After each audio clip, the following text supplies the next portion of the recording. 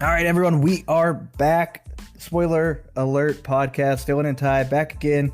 Been a while. We've been busy dealing with the chaos that is NFL free agency. Ty, you went and saw Zach Bryan concert. I saw Posty. We've been busy. Yeah. Busy guys. I turned 30. Oh, fuck, you did? Yeah? Yeah, turned 30. Yeah. Happy belated birthday. Yeah, thanks, thank you. You're right there with me now. Yeah. How's it feel? Dirty 30. Dirty 30. Yeah, when I turned 30, it was like months later, I find out I got this fucking GERD shit that I definitely have that heartburn. Too. Completely undiagnosed. I have it though. 100%. I'm starting to have like asthma now. I have an inhaler. I'm fucking old immediately. Yeah. Anytime I drink more than like, let's say 3 beers, it's just instant hangover the next day. I started to get the hangover that night. Oh, fuck that. I heard somebody saying, I watched a comedy special the other day, and they were talking about how one IPA is pretty much like drinking, it's pretty much like eating a bologna sandwich worth of calories. And then like, here I was, Tay threw me a surprise birthday party down at the Grist house in Pittsburgh. So like my whole family was there, all of our friends and shit.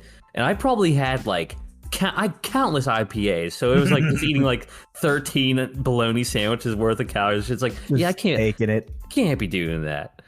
No. But fuck it. What are you gonna do? Not anymore. Back to the light beer now for 30-year-old Ty. Ah, man, it's a rough life. That's why all the older people switch over to whiskey. They're just like, fuck it, let's just get hammered real quick. I did get some good balls of whiskey for my birthday. There you go. I'm excited. Some nice put them down. Yeah, that's right there. That's the shit. But we're back to the grindstone, watching some movies. We actually got a decent amount of things to talk about this episode. Which like last weekend, like after the concert last weekend, it was like Sunday. We did not leave the house all day. I watched 2 movies that are just available to stream at home, and like I saw one during the week. I saw Ricky Sneaky during the week. That's right. Yep. So that will be one that we both saw. So we'll get a full review out of that, and then Ty. You got around to seeing Mean Girls, the newer one, obviously, and then Damsel on Netflix. Damsel on Netflix. So, we'll get to that. Ty's going to convince you to see those or not. And like I said, a full review of Ricky Stanicky. But first, we'll get into the upcoming movies this week. I got a new source. So we're going to have likely more on here for the upcoming movies this week because it's also going to include streaming movies. So Netflix, Amazon, etc. Won't just be things that are coming to theaters. So let's kick it off here with a low note. And that is the American Society of Magical Negroes. A young man, Aaron, is recruited to a secret society of magical black people who dedicate their lives to a cause of utmost importance, making white people's lives easier. So a lot to unpack there from this. I had this on my least anticipated list for the first episode of this year. And I think it's fair to say this movie is not going to perform well as literally everyone expected. It is currently at a 3.3 out of 10. Yeah, I'm looking at it right now on Rotten Tomatoes too. 32% critic score, 46 audience score. So nobody likes this movie. Nobody. Not even anybody likes this movie. Again, this was completely expected. I don't know how they thought this was a good idea.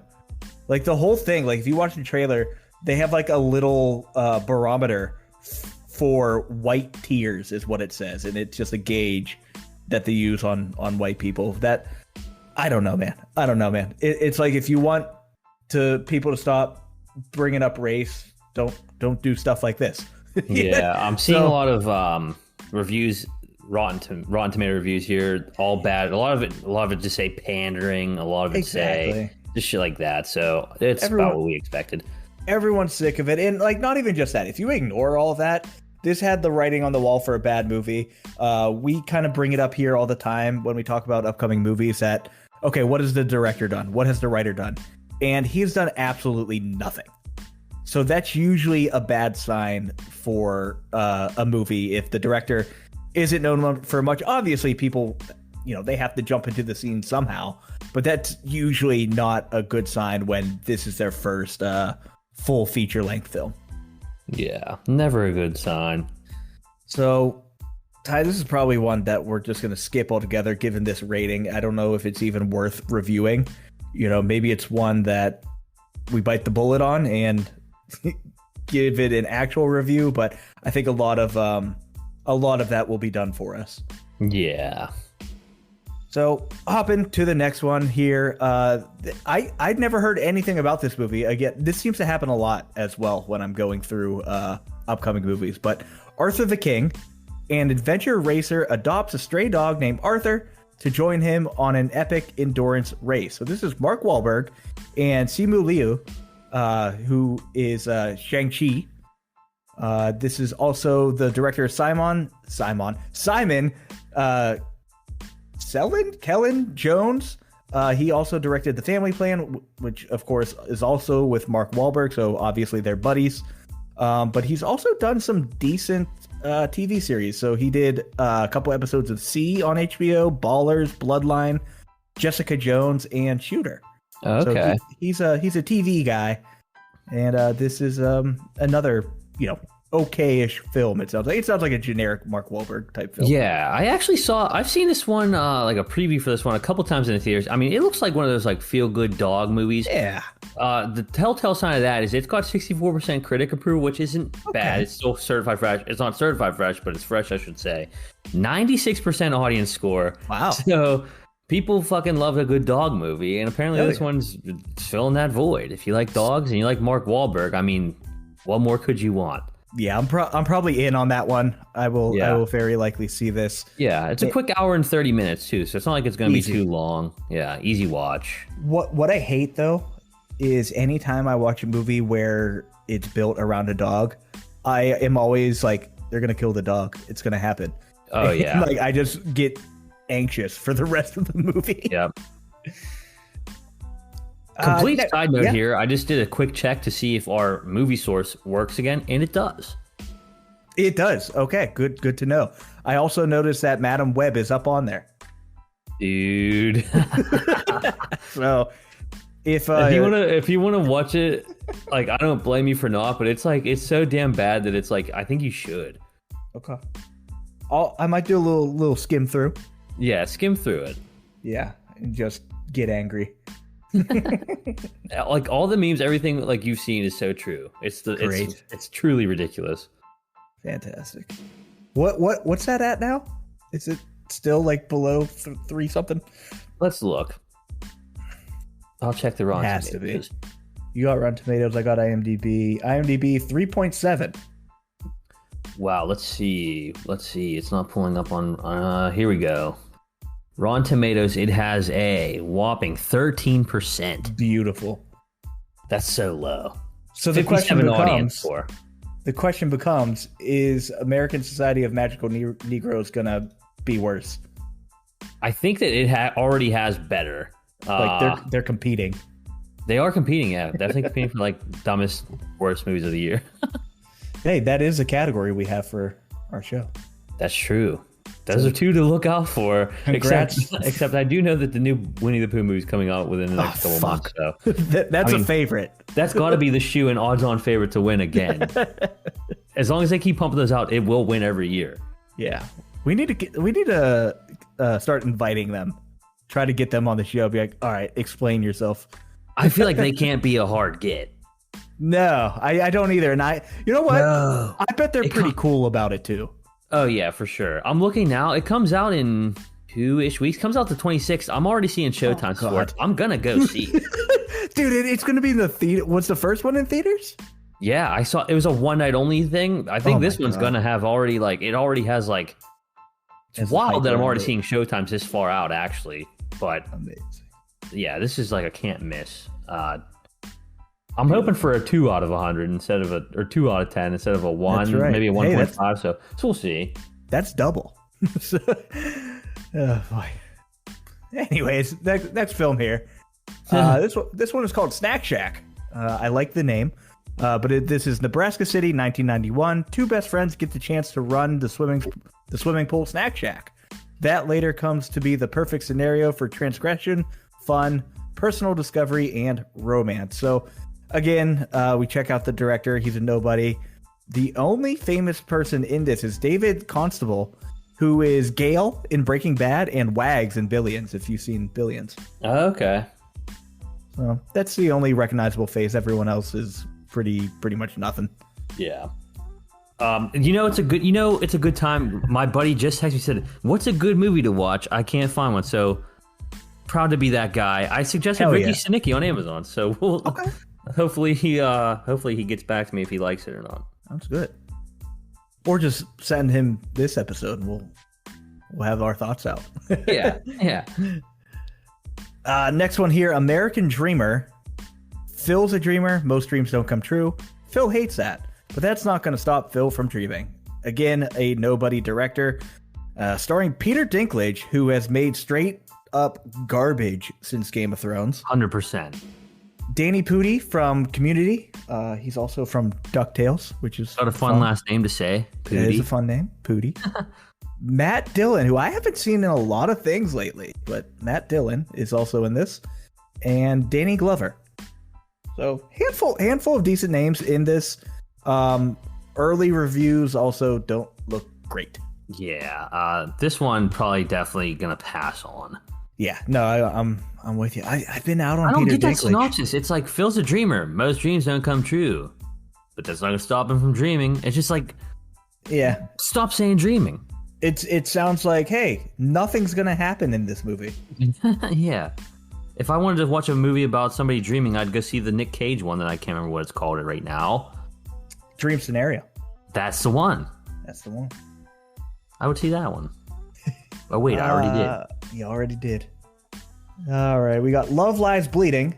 Gym manager Lou falls for Jackie, a bodybuilder who is passing through town en route to a competition in Las Vegas. So this is Kristen Stewart. Kirsten, is it? Yeah, Kristen. It's not Kirsten. Kristen Stewart. Of course, from the Twilight films.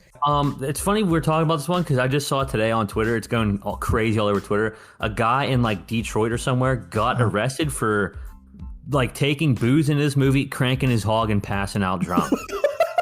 Yeah. Hell yeah. Hell it's yeah. like all over.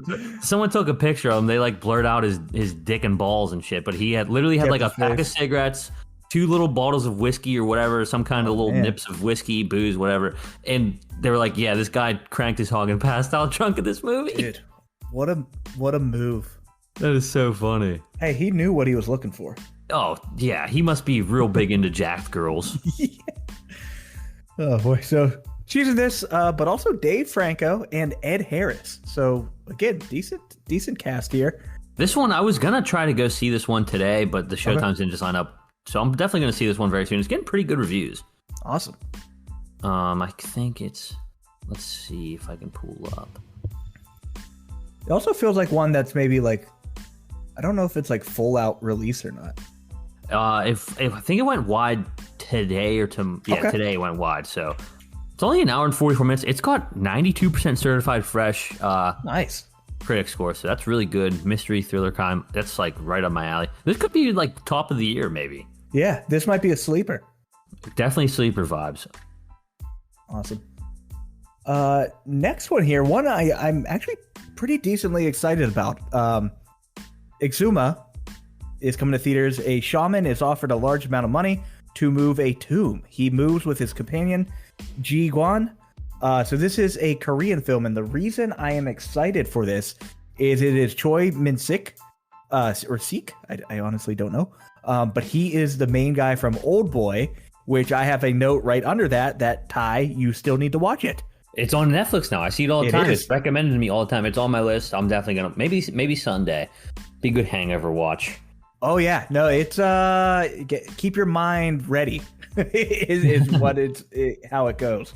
I just watched it last week with Sophie, and I haven't seen it probably since like middle school, I think. Mm-hmm. But the reason it's getting pushed out so much now, I think it's its 20-year anniversary.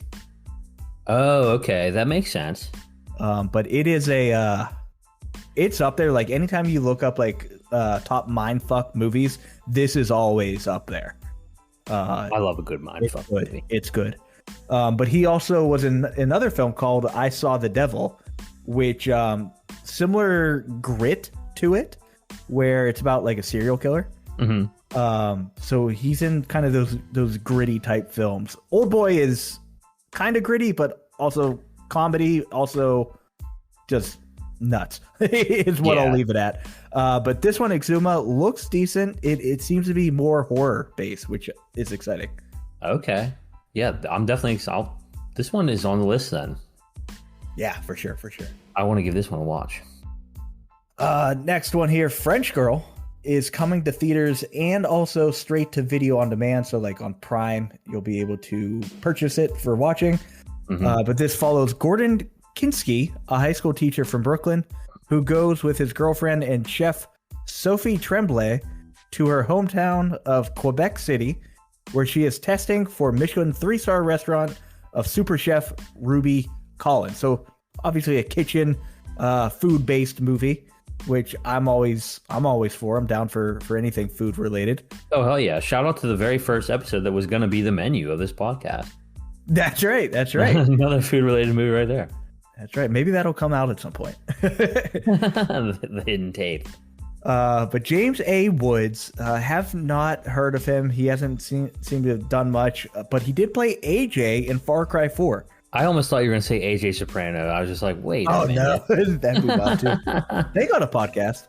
Yeah, they do. I always forget about that. Yeah, I'm sure it might be worth a listen. I love Maybe. Sopranos, don't get me wrong, but I don't give a fuck about what they have going on in their lives now. I don't think. Because the only thing that Meadow has done like since then is play the woo girl in How I Met Your Mother. She had a one episode. It's not even a cameo because she had a character, but she was in one episode and all she did was be part of an annoying group of girls that went woo after everything. So that's how her acting career went. Sounds like it's going great. This one, also decent lineup. Zach Braff, Vanessa Hudgens, and William Fichtner, who was Captain Knauer in The Longest Yard with Adam Sandler. Oh, okay. He's also in a ton of other shit, but that's what I'm going to call him out for. He's one of those guys that's been in a bunch of stuff, and you just don't even realize it. Yeah, exactly. All right, I got three more here. Like I said, I got a lot. This one is Irish Wish, which is coming out on Netflix. So when the love of Maddie's life gets engaged to her best friend, she puts her feelings aside to be a bridesmaid at their wedding in Ireland. This is starring Lindsay Lohan. Wow. Which is a wild one. So I had to look it up. I had to know, what has she done? So the last movie she was actually starring in was Falling for Christmas. That had a 5.2 out of 10. Was that a Netflix one too? It was, yes. Okay, and so I think Netflix must have their claws on her, so just whenever she wants and stuff. Same director. Okay. So coming in with that. Before that was a movie called Among the Shadows. It has a 2.1 out of 10. No. This was, I believe, like 5-ish years ago. I'm looking at the poster for that right now, and just wow. It's just her face. It looks like an old Animorph of like a wolf into her kind of, but like just missing. It's like 3/4 of the way there, you know. Yeah, that's definitely something that we could have photoshopped a little bit better. Yeah, so not looking great, but she did have a massive gap in. She's been in things mostly as cameos, but as far as being a feature for a film. It was Just My Luck in 2006 and Herbie Fully Loaded in 2005. So both, I believe both of those were Disney movies. I think so, yeah. So this, I'm probably not touching this one. Director only makes rom-coms and they don't even seem to be very good rom-coms. This is very much up Tay's alley. Well, there you go. You're going to watch it. Lindsay Lohan, she's looking a little old these days. How old do you think she is? Oh, I bet she's 5 years older than us? 35? Right, she's only 30. She's 37. She looks like an old fucking woman, dude. Yeah, she's had it rough. Years have not been it. Didn't she have like a coke phase? I think she definitely had a drug era. So that'll definitely do it. She looks older than shit. Hey, better than Amanda Bynes though. Oh my god! Have you seen Amanda Bynes lately? Yeah, dude, she's in rough shape. It hurts. I loved her back in the day. All that. Her show was the best. What a Girl Wants. All about it. and she has zero emotions now, and it's like it like actually hurts. I think they like lobotomized her or something because she's just so monotone and strict. It's so her eyebrows don't move. She's got that weird eyebrows and the weird face tat. It's crazy. I think maybe she was always a robot. It could be. She's like the first AI to come to life, and she's miserable. I think Nickelodeon must have brainwashed her. Well, they're coming under fire again for stuff with Drake coming out with what's happened to him. Yeah, even though isn't he also like a fucking pedophile or something too? Yeah, he did get in trouble with that. It's just you see, everybody in Nickelodeon is all a bunch of fucking pedophiles. Someone did the intro to Drake and Josh, but they used clips from his hearing. And I'm like, oh no. Yeah. But he's a massive star in like South America for some reason. That's usually how that shit goes. For his music. That's like whenever like who was it? Like dudes from like the 90s would be huge stars over in like Germany and stuff. Mm-hmm. Mm-hmm. Or the losing Super Bowl team is real big in Africa because they get all their gear. There it is. Yup. All right. Next one here. Knox Goes Away. This is coming to theaters. When a contract killer has a rapidly evolving form of dementia, that's a wild start. He is offered an opportunity to redeem himself by saving the life of the adult son with whom he had been estranged. So this is Michael Keaton. He is starring in it and directing. So I was curious. I'm like, has he ever directed? He has. He has only directed one feature film before called The Merry Gentleman. He also starred in that. Got a 6.4 out of 10. Not terrible. 55 out of 100 on Metacritic. So Michael Keaton coming back to do some directing. I like Michael Keaton. He had a funny little bit at the Oscars whenever like it was Arnold Schwarzenegger and DeVito. They were talking and then he just like went stone face and he did like the come here bitch like the scowl. Yeah. I thought I lost my shit. He's like, how'd he beat you? And he goes with love. And Danny DeVito's like, yeah, he threw me out a window.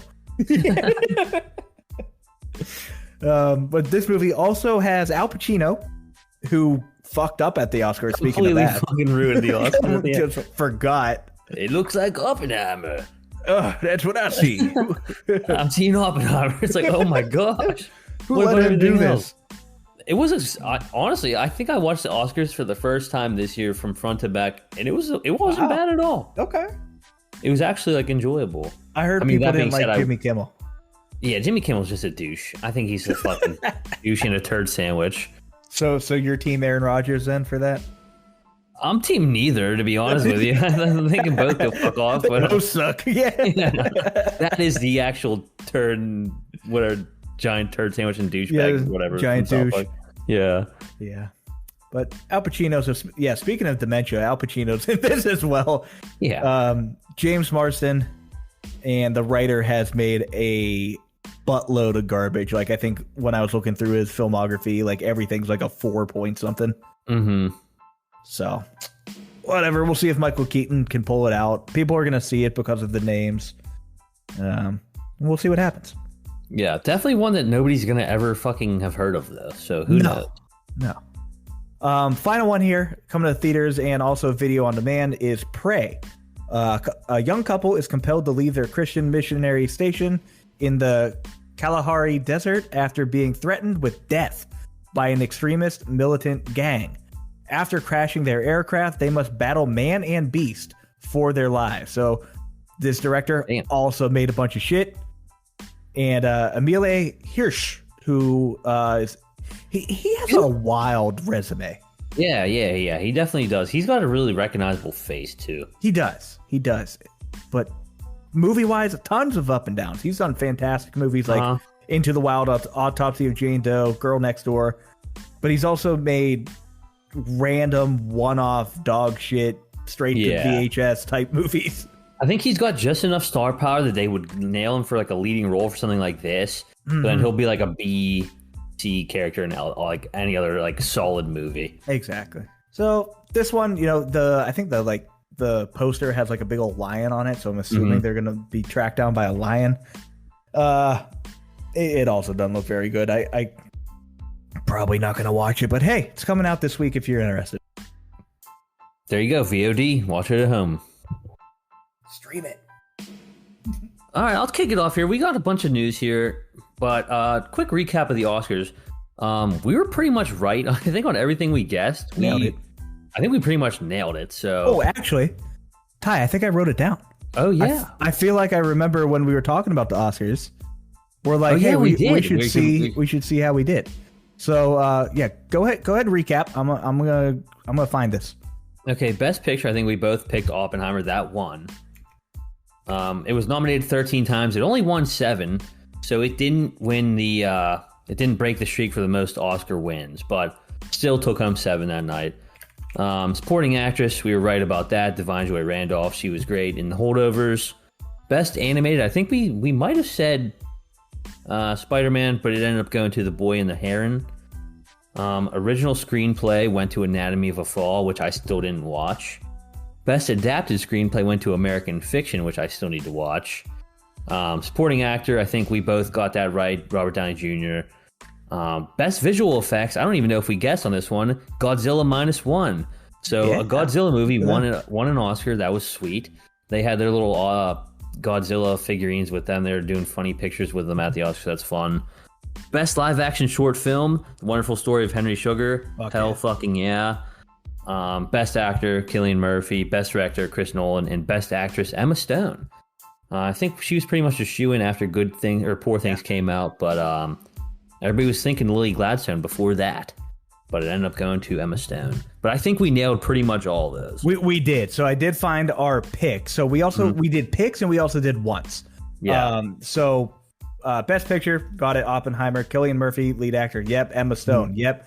Robert Downey Jr. Yep. Divine Joy, which that one makes me the most happy. Yeah, she was great. She owns. Awesome job by her. Best director, Christopher Nolan. Best animated, we did say Spider-Verse, but we wouldn't be surprised if it was Boy and the Heron. Okay, yeah, it won. So there we go.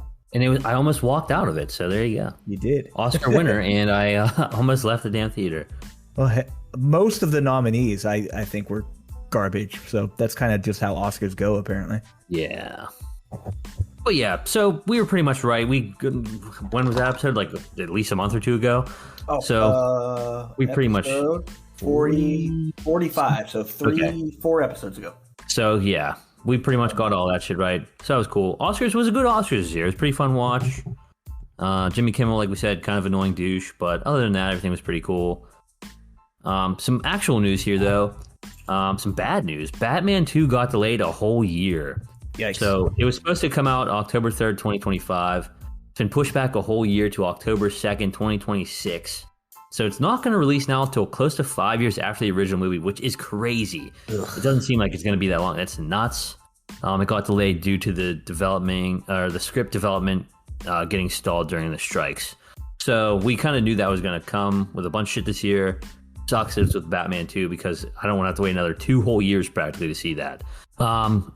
Another news here, Scream 7 news. So Neve Campbell is going to be back for Scream 7 as Sidney Prescott after they canned old what's-her-face for what she said about whatever's going on in the Middle East, whatever, all that bullshit. She on Instagram posted that she's been asked back and is happy to return. So pretty much they knew that the next movie was going to be fucked without her. So they probably gave her all that money she was asking for originally. It's going to be directed by the original screenwriter, though, Kevin Williamson. So, I don't know. Maybe they'll be able to save it somehow. Scream 7 was solid, or Scream 6, I should say, was a solid movie. But losing Jenna Ortega and the other girl's name is slipping my mind, definitely going to hurt that movie. So, we'll see. Next up, we have Ari Aster's next film. It's going to be titled Eddington, and it begins filming this week, apparently. So, it's going to have Joaquin Phoenix, Pedro Pascal, Emma Stone, and Austin Butler, all amongst set to star in this one for A24. And it's his own script that centers on a small-town New Mexico sheriff with lofty aspirations. So after Beau's Afraid, that could mean literally anything. I guess we'll see. I'm excited for that one just because it's Ari Aster, but I didn't love Beau's Afraid, so we'll see how this one is going to do. A couple more quick things here before I get into those South by Southwest Southwest early impressions. Maxine finally got a release date. The third film in the X trilogy, going to be coming out July 5th. So a couple more months for that.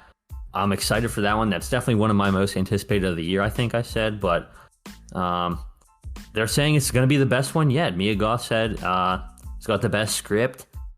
It also has Halsey in it, Elizabeth Debicki, Bobby Cannavale, Giancarlo Esposito, and Kevin Bacon. So quite a cast there compared to the first two. We'll have to wait a couple more months for that one, but I'm excited for that one. So we'll see if it lives up to the hype. X and Pearl, both great.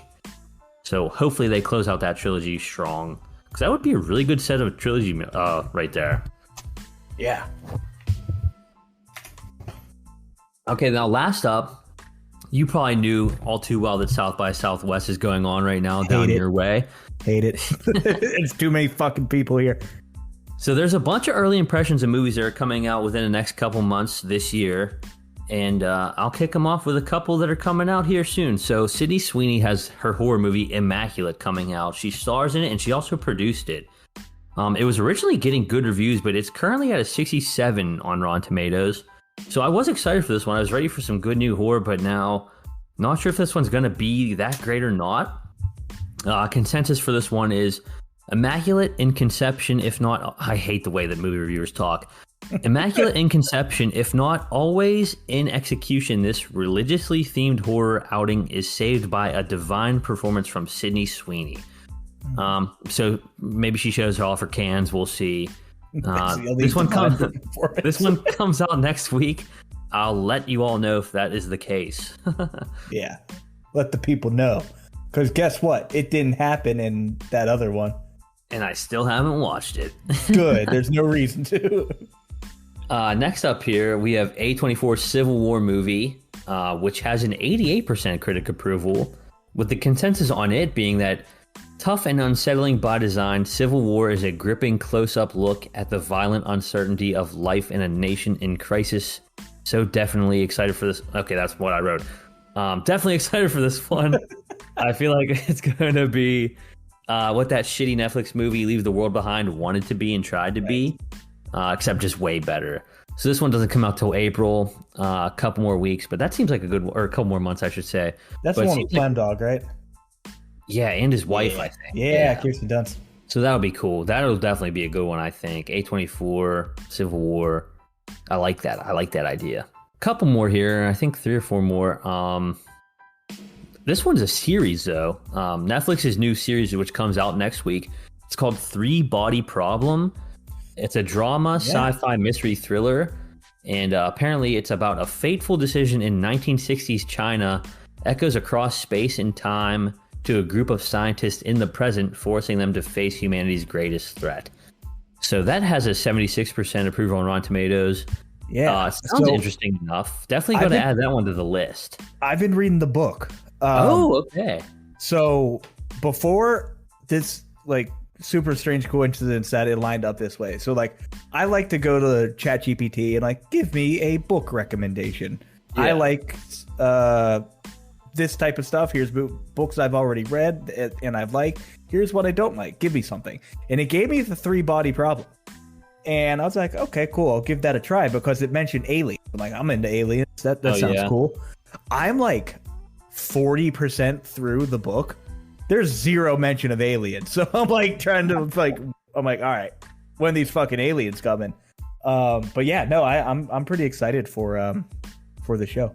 Yeah, definitely gonna watch that one next week. I still have The Gentleman though to start, which came out I think this week or last week. Yeah, that's pretty good too. I have 2 episodes left.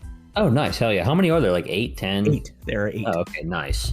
Also, it has nothing to do, as far as I can tell, with the movie. With the movie, yes. I kind of figured it wouldn't. Yeah. So it's cool. It's got the same like. Does it have the same feel kind of to the movie? Yeah, I think it's a little more comedic than the movie was. The movie was a little bit more serious, but with everything Guy Ritchie, you know, there's always some comedy, fast-paced shit here and there. So there's a lot of that, but I think it's a bit more on the silly side. Okay, but it's good. That's very good. Yeah, that one's definitely on the list too. A couple more here. The Fall Guy with Ryan Gosling and Emily Blunt, it has pretty positive reviews, 87% on Rotten Tomatoes. He's a stunt man. It's an action comedy. Probably definitely going to be one of the better comedies of the year. That one comes out in May. This one here, Monkey Man, currently has the highest approval rating out of all of them with 91%. It's going to be an action mystery thriller. Critics are saying, I don't even want to read it because it sounds so lame the way they talk, but an audacious effort from debuting director Dev Patel. Monkey Man dispenses action and socio-political commentary with equal aplomb. What does that even mean? I don't know. That's a sick word. Yeah. Yeah, aplomb. Cool. It seems like it's going to be a good one. I've seen the trailer for it a couple times. It comes out in April. Next one here, the last one, it's the new Roadhouse. Roadhouse 2024 edition with Jake Gyllenhaal and Conor McGregor. It currently has a 72% critic approval rating, with the consensus being that Roadhouse updates a cult classic for a new generation, happily replicating the original's emphasis on cheesy brawn over narrative brains. So this one's dropping straight on Prime. This is straight up our alley. This is definitely for dudes our age who don't want to leave home, who want to watch. It's just guys who love MMA and action movies. There were two reasons I wanted to go to South by and hang out down there. One was to see Conor McGregor. The other was to see Sydney Sweeney. But there you go. I didn't want to go down there. I was actually down there a handful of times because Sophie works downtown. Fuck, are there too many people? Oh, I believe it, dude. And they all drive those stupid fucking scooters and get in the way. Damn, yeah. Jeez. So this one will be good. Post Malone, who you just saw in concerts in as well. Yeah. All right. So that'll be cool. That's a bunch of our South by Southwest movie previews, though. So hopefully those all sound pretty solid. Yeah, it seems like a better year. South by movies can generally be a bit too artsy and stupid. But these all the ones you've listed there, that's pretty good. Yeah, I picked out. There was also some other ones. Sure. I kind of picked the ones I figured would be most interesting to us. There's one called Y2K coming out, which I think is just all about like 1999, whenever like right before people thought it was gonna be the end of the world, whatever. It's supposed to be pretty funny, but I looked. It doesn't have great reviews, so maybe that one will end up sucking. But yeah. Okay. But I got nothing to do with the convince me to see, so you got to keep talking, buddy. That's okay. I'm going to start off with Mean Girls, because I'm not going to give an entire rundown on it. We kind of know what to expect here. It's a musical based on the original, so it's a musical. As long as the music was decent, though, and it had some laughs, I was going to enjoy it, especially because it was just on Paramount, so I was able to just throw it on at home finally. I actually really liked this movie quite a bit. The songs were good, if not, I mean, they weren't the best. They didn't blow me away, but I was surprised by how funny it was, though. I had a lot of pretty few good laughs that I didn't really expect at all.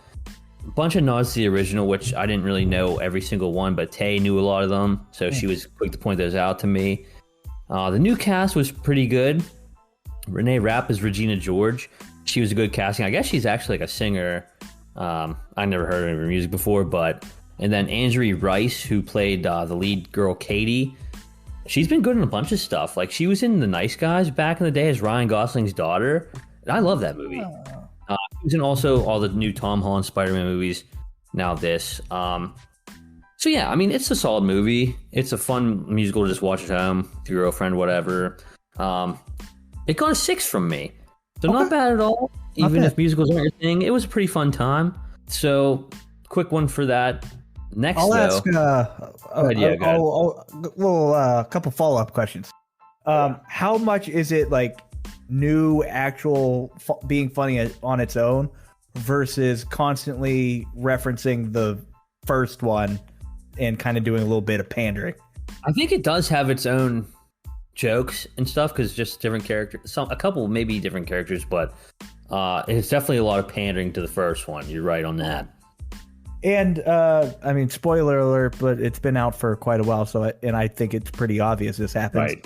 Yeah. What was Lindsay Lohan's role in it? So she was I was thinking it was going to be a substitute teacher or something like that, because like the one teacher gets sent out. She's like the judge at like a mathletes tournament. Okay. So she's that. That's funny. Yeah. I didn't expect it. I thought she was going to, because for whatever reason, the teacher gets like, she's off school or whatever. And I was like, oh, here comes Lindsay Lohan. No. Right. But then it was like the next scene after that. I was like, oh, they got me. She looked old. She looked old. What can I say? She looked old. But now here we go. You're 30. Yeah. I'm going to throw it over to Damsel now because this movie fucking sucks. I'm going to send you a couple pictures to go with the review here. So this first picture, you would see that and be like, oh, okay, cool looking dragon. That is a dragon, yeah. That's not the dragon. What do you mean that's not? It's not the fucking dragon. So that's on IMDb. That's one of the pictures on IMDb. That is just not how the dragon looks because this dragon sucks. It's so bad. It has a Spanish woman's accent. It's got arms and legs. It's so weird. So here's what it actually looks like. Oh, yeah. All right. Ugh. And then here's what everybody's saying it actually looks like. Those eyes. It's just a goat. Yeah, it's got 4 like long like legs like a dog or something. It's weird, man. And the way it talks, it just pissed me off the whole time. So yeah, that was just a quick rant to start off. But Netflix is really like not hesitating to just throw Millie Bobby Brown into every single thing they can. Yeah. And I do think she's probably the best and least annoying out of the Stranger Things cast. I mean, but holy shit, she's just in everything that they make, and she's still not even very good at acting, I don't think, and she is still pretty annoying, even though she's the best out of the worst or whatever. I got a theory on that. Go for it. It's because she didn't speak the first season. Yeah, absolutely. She didn't have a chance to annoy as much. She couldn't be annoying. She didn't talk. That's such a good theory, actually. But it was another attempt at them from like another medieval fantasy, which I feel like we just get so many of these days. Movie was dark as hell for no reason. It has that like shitty, like grainy, dark blue filter all over it. You couldn't see what was going on a lot of the time. I was getting pissed off. But it reminded me of the game Hollow Knight. Do you ever play Hollow Knight? Yes. So they kind of just throw her down a fucking well that ends up being a dragon's cave. And she has to go through different areas and deal with different bullshit to kind of try to find her way out. And it just reminded me of being down in Hollow Knight and going through different areas and trying to have to do different shit. Did they know it was a dragon cave when they threw it down? Yes, they sacrificed her. Apparently the dragon killed 3 daughters or whatever, this royal family, so they tried to lure 3 different girls and throw her to fucking dragon's lair. It was dumb. The worst part about this movie, though, like I said, is the dragon. It was insufferable to look at and listen to. I hated it so much. It had a Spanish female accent, and it took me out of the movie 100%. The way it had like the long legs and it didn't look like a dragon to me. It looked stupid. And then someone pointed out that it had goat eyes, and ever since then, I haven't been able to stop thinking about it. We're so used to seeing cool badass dragons from like Harry Potter, Game of Thrones, House of the Dragon, all that. This dragon sucks. I don't know how this movie currently has a 6 on IMDb or a 55 on Rotten Tomatoes. This movie wasn't good. I ended up with a 2 on it. Yikes. I was originally at a 3, and I've since lowered it just because I hate that dragon so much. You just got angry. Yeah, it just pissed me off. Well, yeah, 2. Yet another candidate for worst film. Oh, absolutely. That's going to be a spicy category towards the end of the year. I can't wait. Well, we're starting off so hot. We're only 3 months into the damn year. Besides Dune, which is a perfect 10, I have 2 movies that are 6s, a 5, another 5, a couple 5s, and then like a 1.5, a 3.5, and a 2. So that's... All right, Ty, you have to watch one movie this week. Web or Damsel? Watch Madam Web instead of Damsel for sure. Is it because it's at least kind of comedic? It's so bad?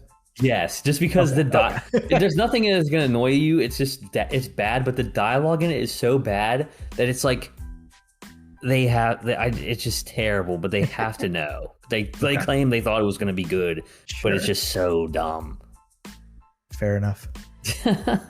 I'm sorry you had to sit through that one. It's okay. It makes for good content for the pod. It's true. That's what I'm finding. Like a lot of things, I'm like, I don't want to watch this. This sounds awful. It's more fun to shit on a movie than actually talk well about it. Exactly. I love Dune. I could talk about it for a long time, but it's more fun to just shit on Damsel and shit on Madam Web. That's half the reason we did this. Literally. Awesome. If nothing else there, I'll take over. I'll let you rest your voice for a little bit. Yeah, let's talk Ricky Stanicky. And go Ricky Stanicky. So recap of what this is about if you are unaware.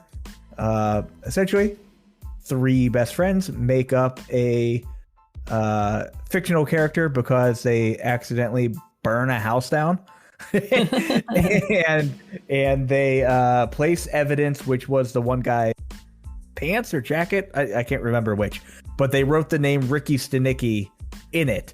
So from there on, anytime they needed an out, someone to blame, they said, hey, Ricky Stanicky did it, or oh, we got to go see Ricky, you know, he has cancer, you know, we can't do this, we got to go see him. And so that's really how the movie starts, and that's how the movie goes. Basically, they get caught or about to get caught that Ricky Stanicky's not a real person, so they end up hiring someone to play him, and that person is John Cena, which is also really, really funny. So just kicking it off, I didn't hate it, didn't think it was the best film, not the worst film by any means. Comedy was there, laughed a decent handful of times. Yeah. It just felt like a generic comedy, but what I liked about it was it wasn't trying to be too much or do too much of one thing, like a lot of comedies do. At least recent comedies. Like this felt like a, you know, late 2000s type comedy where, you know, just stupid shit happens. Yeah, the one thing about this movie though that I didn't realize was, at first I didn't realize it was directed by just Peter Farrelly. So not the Farrelly brothers, just him. So the two of them together are like responsible for a lot of great comedies from like back in our day in the 90s and early 2000s. Dumb and Dumber, Something About Mary, Me, Myself, and Irene, The Ringer, and many others. But the one thing I didn't realize is that Peter Farrelly has directed a couple things solely by himself, and one of which is a Best Picture winner. One of those is Green Book. He directed fucking Green Book, and I never realized. Damn. Okay. So he directed Green Book and also Ricky Stanicky. What two dude got range? Polar he got range. He don't miss. I was checking out. I like the IMDb trivia shit. There's not a ton of it here, but I didn't realize this movie was first announced in 2010. What? And James Franco was going to be Ricky Stanicky. Holy shit. There were conflicts. Franco dropped out. They got Joaquin Phoenix to be Ricky Stanicky. Oh my god. Shooting kept getting delayed. Phoenix dropped out. It went to Jim Carrey. Jim Carrey was going to be Ricky Stanicky? He was going to be Ricky Stanicky. Jim Carrey waited a year for production to start. It never started. He left. They brought in Nick Cage to be Ricky Stanicky, which I think might have been better than John Cena. Nick Cage would have been funny. That would have put this movie at like a 7-ish or so for me. I'm at a 5 on it right now, but it would have put it to probably about a 7, just because it goes from being like a just okay comedy to being one of those Nick Cage fucking comedies. It was fucking wacky. Yeah, just over the top. He would have done crazy with it. So Nick Cage was in 2015. And then finally, what happened? Okay. So he wanted it to be a comedy film, but all of the financial backers of the movie, because Nick Cage was in it, they wanted it to be more action based and sold as just a straight up, like, this is a Nick Cage action film. Okay, that would have probably ruined it. Exactly. So they said, fuck that. We're not doing that. They dropped it. And then finally, in 2021, Zac Efron and Amazon wanted to do the film, and here we go. This is what we got. To be fair, I think they kind of did nail with Cena as Ricky Stanicky. Yeah, he was the best part of the whole movie for sure. Yeah, 100%. Ricky / Rod. Right. I'm Ricky now. It's Ricky. That was that was some of the best part of the movie. It's Ricky. Cena was good. I had no problem with him being in there. I you know what's weird to me, I don't know how big of an Andrew Santino fan I am. See, same. I like Andrew Santino a lot. I like his comedy. He's pretty funny as a comedian. And everything he's in, he just plays like the straight white dude like role. Him. It's just him being like kind of like a stickler, like just like a normal dude. He wasn't really that funny in this.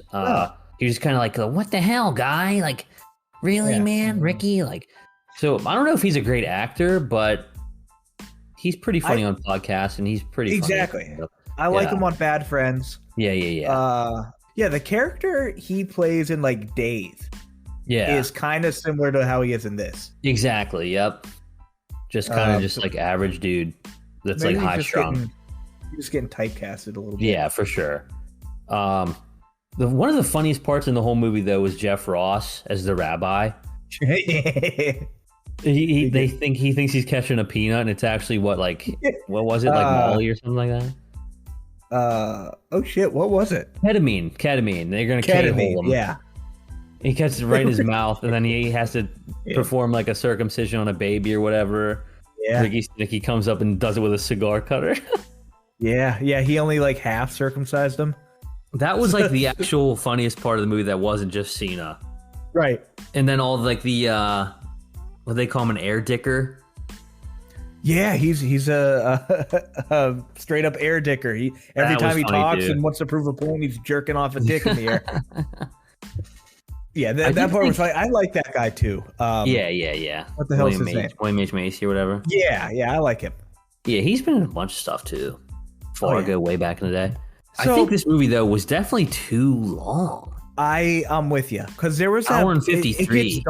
It gets dull. Exactly. Like this plot isn't very deep. It can only go so far, and then it gets close to the end, and you're like, holy shit! And then there's still like another like 20, 30 minutes. Like, holy fuck. Yeah. Like I said, it seems to peak kind of early, and then it doesn't drop off immediately, but it's definitely a slow decline of like the comedy, the amount of laughter, or the amount of time between laughter definitely goes up. Yeah. It's like they spent their load at the beginning, and then it's like, okay, what else do we have? We kind of ran through all of our bits. Yeah, definitely agree with that. I definitely think that for as many changes and stuff that I went through, it was pretty funny. Yeah, I didn't hate it. I think you said you have it out of 5. That's exactly where I put it too. Yep, 5 all the way. It's just it's a very generic comedy. Yeah. Funny idea, and it's really weird to go from seeing Zac Efron in The Iron Claw to this. True, I didn't even think about that.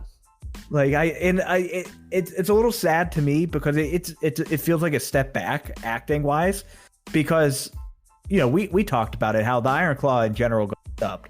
Zac Efron got snubbed, and to go back to doing like the silly comedies that he's kind of known for, like the Neighbors one with Seth Rogen and everything. I want to see him do more serious stuff. Yeah, definitely. Like kind of like Santino's one. He doesn't really have like a very like in-depth character. He's kind of just like a normal like dude, whatever kind of role. But yeah, I did like John Cena's job, where he just writes a bunch of masturbation jokes in classic rock songs. Oh yeah, they're hilarious, dude. Yeah, that might have been my favorite part, just seeing him performing all the songs in the different outfits. Yeah, that was definitely the best part, in my opinion. Like he's running away from those guys because they make you think he's gonna like be killed or something like that. Yeah, and he runs away in like the Britney Spears outfit. And then there's like cease and desist, buddy. That was funny. Yeah, and Zac Efron thinks he's gonna save him, but he gets rocked. He does get his shit rocked still. That's the go how you thought. Yeah. I think recapping it, like I kind of forgot he's funny, but it had some laughs. It wasn't fantastic, but it's good enough to throw on. Yeah, definitely. I agree with you. A little too long. I got bored. Like a lot of the work stuff, like when he gets hired at their business, I didn't care. It was just kind of boring from there. For sure, yeah. It was funny at first, like, oh, he got hired, and they're like, what? And then it all just becomes I can't believe you hired him. What the fuck? And, you're making more money than us. We need to get them fired now. Yeah. It keeps turning into like just like stupid little shit like that. Yeah. But I mean, that's kind of where we're at, other than Dune. Yeah. Right now, this would be a top 5 movie for us. That's crazy. Yeah. We just gotta see more movies. There's just not many movies. That's exactly what it is. So, but like I said, I think we're about to get a steady flow again. We're just gonna start seeing some here. Love Lies Bleeding. I'm gonna see that. I think we'll have that Immaculate one coming out soon. Sydney Sweeney. Gonna see that. Roadhouse will be coming out soon. So we'll have a start. We're gonna start to have a steady flow again. I gotta get my ass to Dune 2.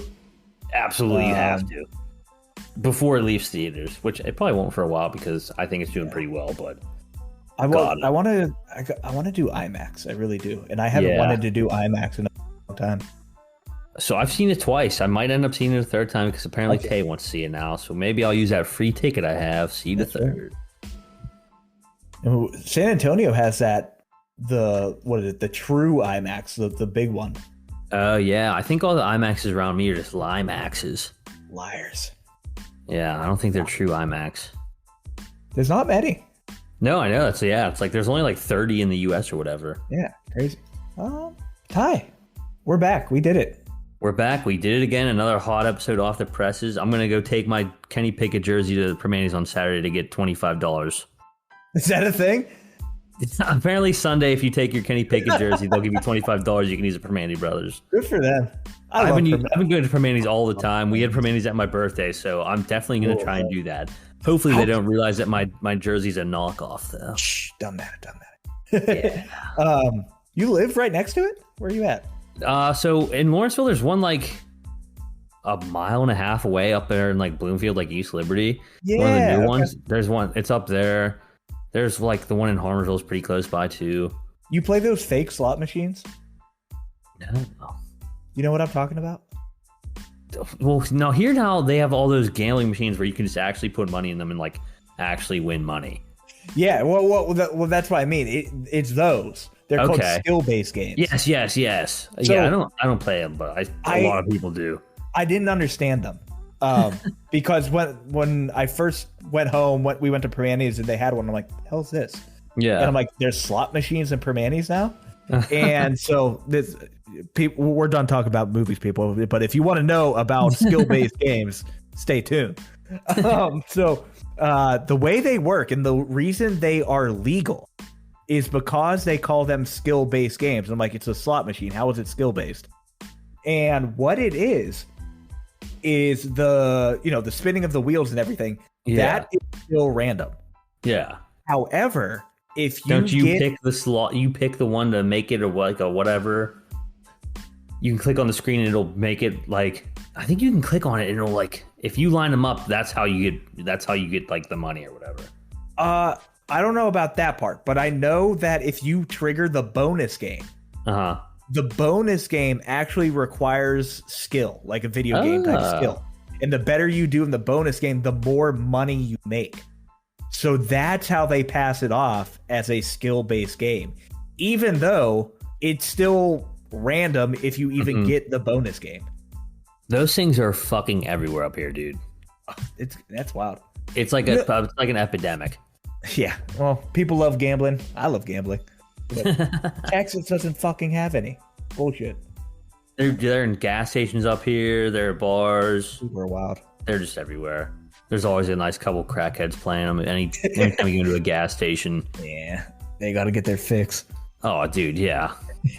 Trying to get cigarette money. Yeah. Then spend it immediately for $8 pack of cigarettes. Now I just want to go to the casino. I do too. On FanDuel last week, they like unveiled the new Willy Wonka slot thing. I threw a 20 in, not gonna lie, didn't win shit. Well, so fuck them. That's a casino. But Willy Wonka was always my favorite one, like my favorite slot to play at the casino. Gotcha. It's just sweet. You got to play the pinball. I don't know if Rivers has pinball, but you got to play pinball. I think they do. Dude, pinball fucking rules. I think that's in the high rollers one. Anyways, people. That's the end of the episode. Casino talk. We're out here. We're out.